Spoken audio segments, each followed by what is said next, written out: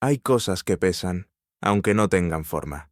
No las puedes meter en una mochila ni medir en kilos, pero están ahí, agazapadas en algún rincón de la mente, recordándote que no has soltado.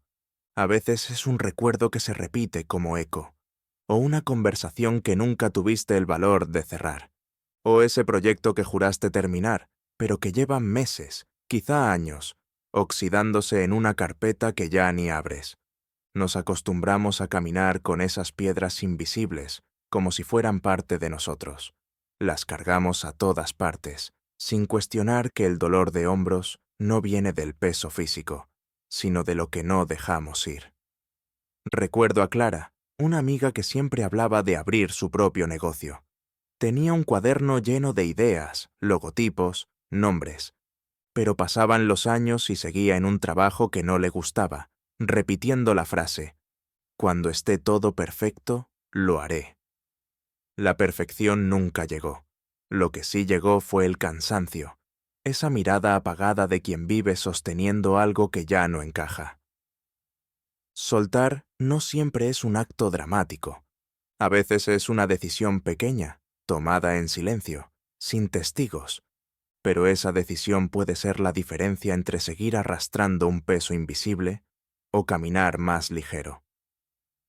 Este audiolibro es para ti, si alguna vez sentiste que algo te ata, aunque no lo puedas ver. Si alguna vez intuiste que el miedo a soltar te está costando más que el propio acto de dejar ir, porque soltar no es rendirse. Soltar es, muchas veces, el primer paso para volver a respirar. Capítulo 1. El apego que no vemos. El apego no siempre se presenta como una cadena gruesa y visible. Más a menudo, se disfraza de rutina, de así soy yo, de esto es lo que siempre he hecho. Y ahí está el peligro. Nos encadenamos sin darnos cuenta. Muchos creen que el apego es exclusivo de las relaciones, pero número. Nos aferramos a trabajos, a costumbres, a objetos, incluso a ideas que ya no nos sirven. Lo hacemos por miedo a perder, pero en el fondo lo que perdemos es la oportunidad de crecer. Martín, por ejemplo, llevaba 15 años parando en la misma cafetería antes de ir al trabajo. Conocía al camarero, el precio del café, incluso el sonido de la máquina al espumar la leche. Un día, la cafetería cerró sin previo aviso. Se sintió desorientado, como si le hubieran robado algo importante. Y no era el café. Era la certeza, el pequeño ritual que le hacía sentir que todo seguía igual. Aquel cierre le hizo darse cuenta de que había construido parte de su seguridad en algo tan frágil como una persiana que podía bajar para siempre. Lucía, en cambio, se había licenciado en Derecho, pero odiaba ejercer. El título colgado en la pared de su despacho no era un recuerdo de logro, sino un recordatorio de lo que debía seguir siendo. Lo mantenía ahí, como si quitarlo significara borrar años de estudio. En realidad, no lo quitaba porque temía decepcionar a su familia. Ese título, tan liviano físicamente, pesaba toneladas en su vida diaria. El apego que no vemos nos mantiene en lugares y roles que ya no son nuestros. Es como seguir usando un abrigo en pleno verano solo porque fue caro o porque una vez nos salvó del frío. Soltar empieza por reconocer que el apego existe, y eso requiere honestidad brutal, preguntarnos qué seguimos sosteniendo solo porque tenemos miedo a enfrentarnos al vacío que quedaría si lo dejamos ir. Capítulo 2. Señales de que ya es hora. No siempre sabemos cuándo soltar. A veces lo intuimos, pero el miedo a equivocarnos nos hace aguantar un poco más. Y ese poco más se convierte en años.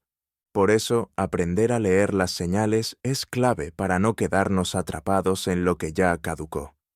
Hay muchas formas en las que la vida nos avisa, pero casi siempre se repiten 3 señales universales: agotamiento, falta de crecimiento y resistencia al cambio.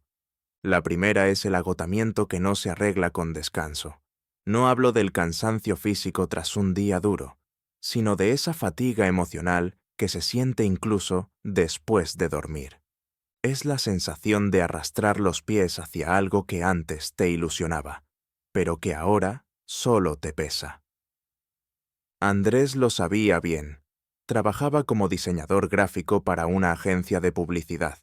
Al principio, cada proyecto le emocionaba. Se quedaba hasta tarde ajustando detalles, perfeccionando colores, probando tipografías.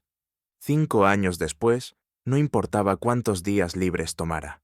Al volver, el nudo en el estómago estaba ahí. Entendió que no era falta de vacaciones, sino de sentido. La segunda señal es la ausencia de crecimiento. Cuando un lugar, una relación o un proyecto deja de retarte, se convierte en un espacio estancado. Y lo que no crece, tarde o temprano, se marchita. Carla tocaba el piano desde niña. Durante años practicó las mismas piezas, siempre perfectas, siempre seguras, hasta que un día se dio cuenta de que llevaba años sin aprender una canción nueva. Amaba la música, pero se había quedado atrapada en una zona cómoda, que ya no la hacía avanzar. La tercera señal es la resistencia al cambio. Cuando todo dentro de ti dice, no quiero que esto se mueva, puede ser una señal de que algo necesita cambiar. Ese cambio puede significar replantear la relación, o, si no hay mejora posible, aceptar que es momento de soltar. Roberto lo sintió en su relación de pareja.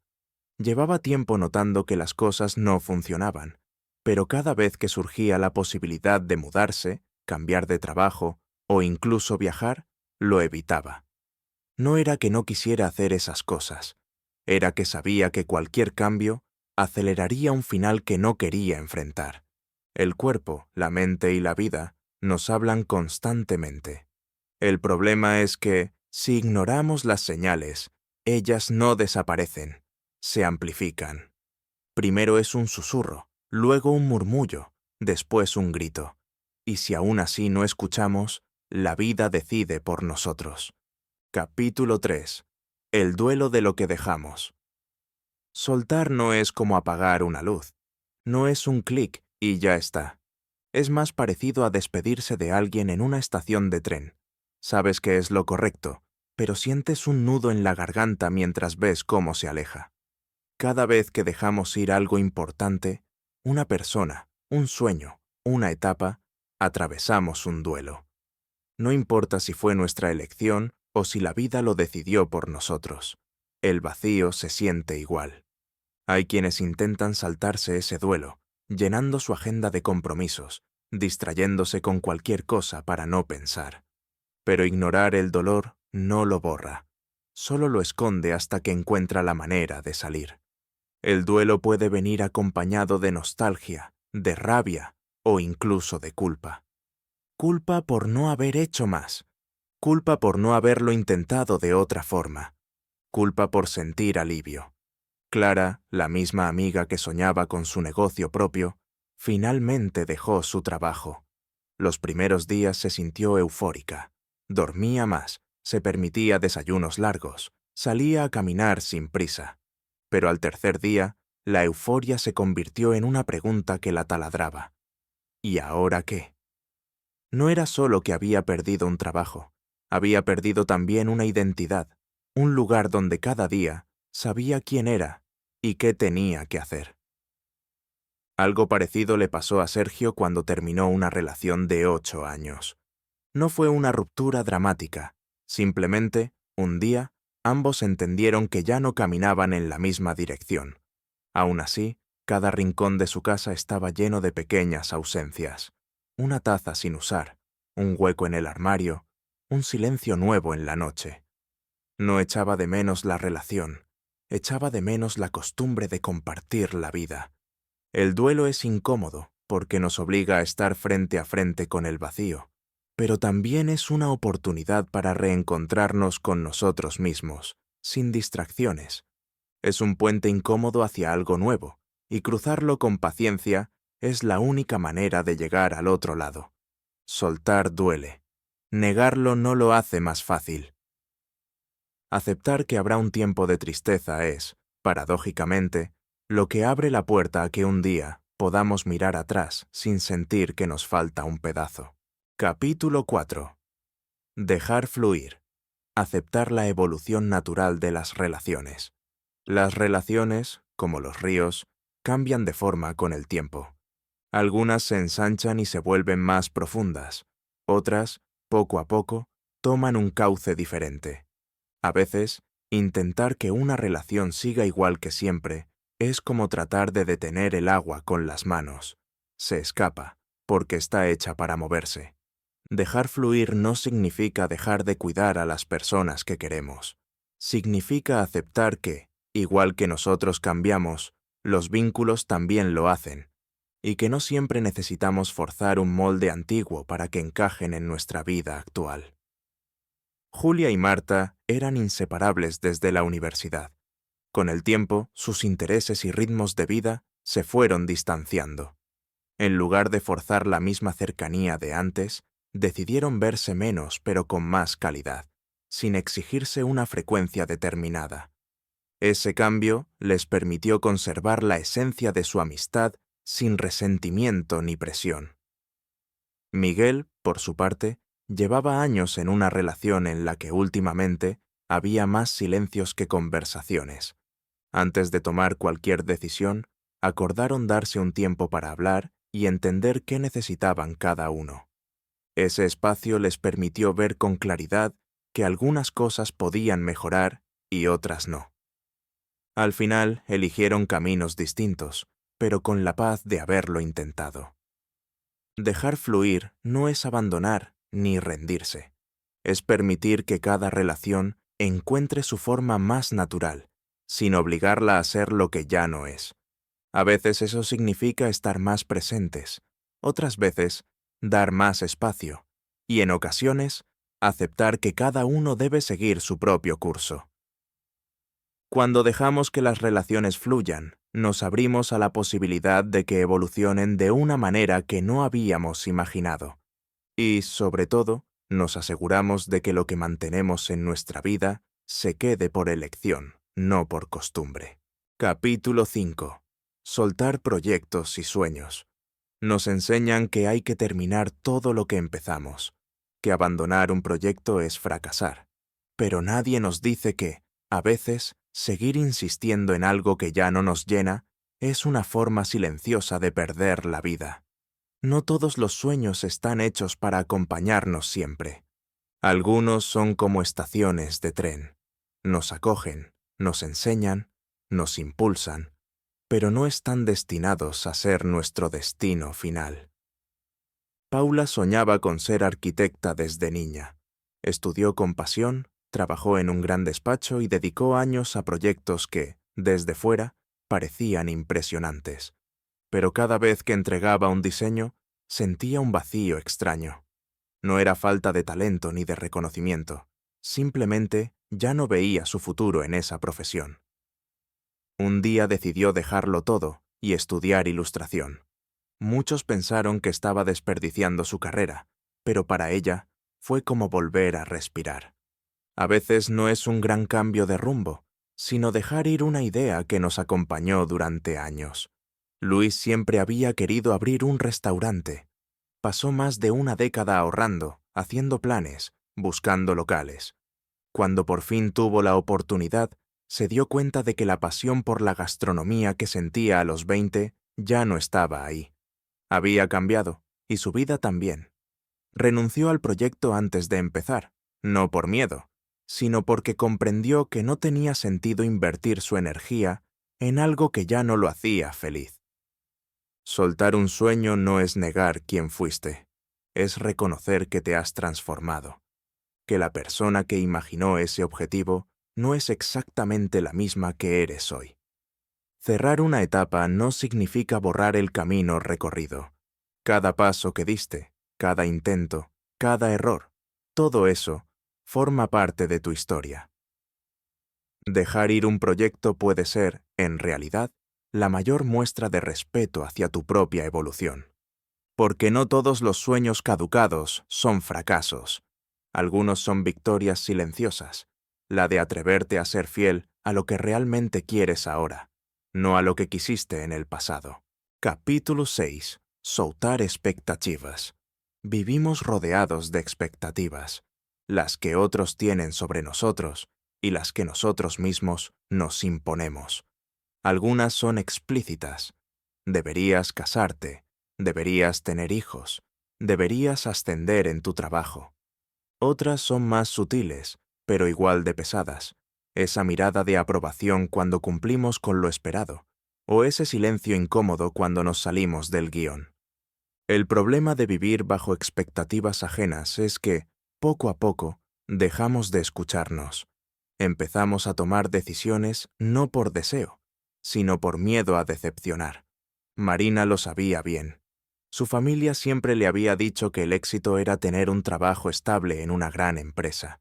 Y ella lo consiguió. Contrato indefinido, buen sueldo, oficina luminosa. Pero cada domingo por la tarde sentía un nudo en el estómago, pensando en la semana que empezaba. Cuando confesó a sus padres que quería dejarlo para montar un pequeño estudio de cerámica, la respuesta fue un silencio cargado de desaprobación. Tardó meses en tomar la decisión, y cuando lo hizo, entendió que lo difícil no había sido cambiar de trabajo, sino romper con la imagen de hija, ejemplar, que creía tener que mantener. Las expectativas también pueden venir de nosotros mismos. Solemos idealizar quién deberíamos ser a cierta edad, más exitosos, más felices, más resueltos. Y si no cumplimos ese estándar imaginario, nos castigamos sin piedad. Javier soñaba con publicar un libro antes de los 30. Cumplió 31 sin haber escrito ni la mitad. Durante un tiempo, cada día que pasaba lo sentía como una derrota personal. Hasta que un día se preguntó, ¿quién dijo que tenía que ser antes de los 30? ¿Por qué me creí esa fecha como una ley? Soltar expectativas no significa dejar de aspirar a algo. Significa quitarse de encima las reglas que nunca escribimos nosotros. Es recuperar el derecho a elegir nuestro propio ritmo, nuestro propio camino y nuestras propias metas. Cuando dejamos de vivir para cumplir con la aprobación externa, algo cambia.